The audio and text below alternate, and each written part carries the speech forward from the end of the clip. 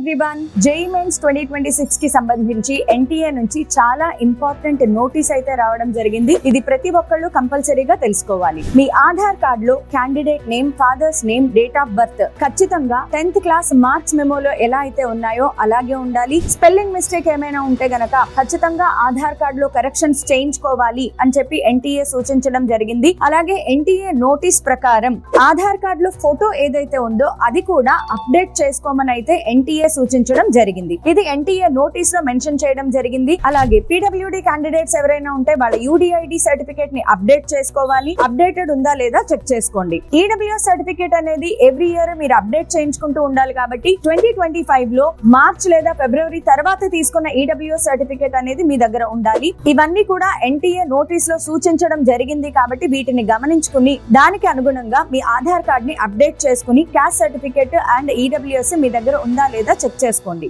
All the best.